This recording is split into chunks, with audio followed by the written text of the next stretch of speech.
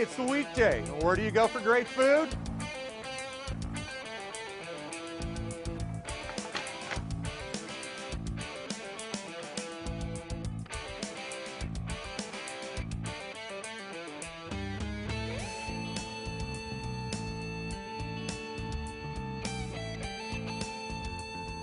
I'm watching Chef David go through each step in making a favorite dish at his place, Eggs Benedict.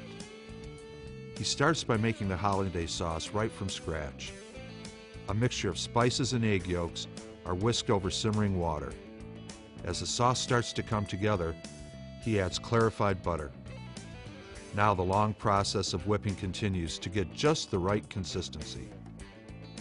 Once the sauce is complete, Chef holds it over a frying basket to keep it from setting up.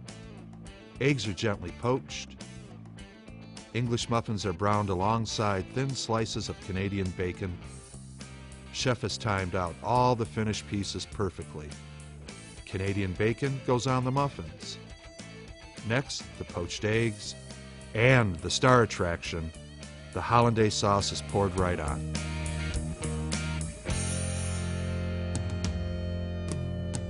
Ed, now I get to check out the fruits of your labor here. That's right.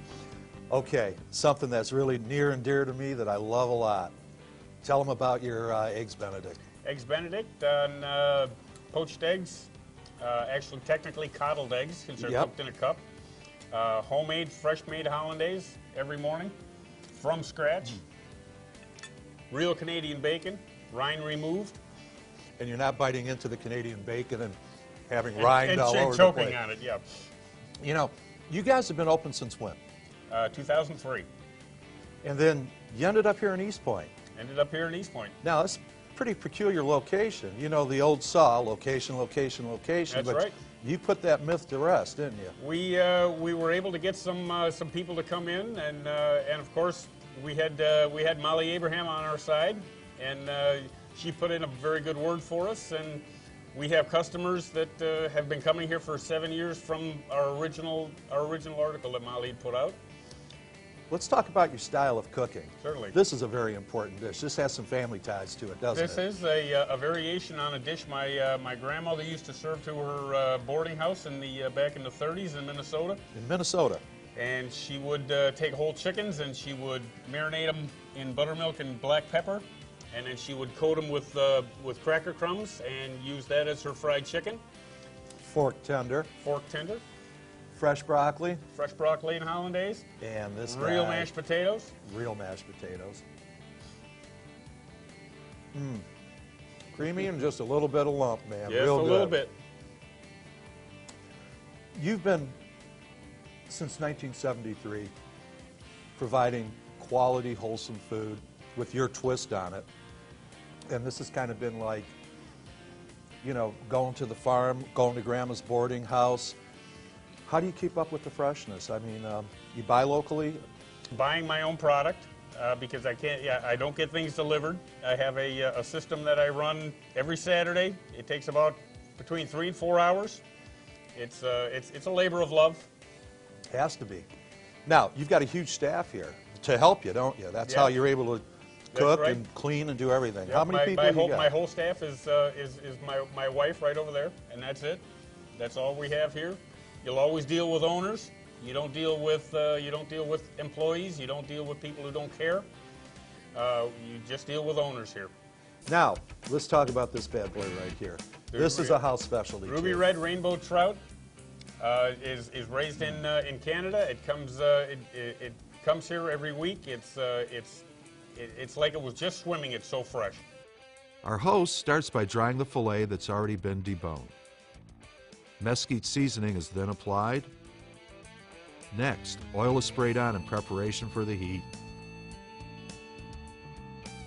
This piece of trout hits the char grill.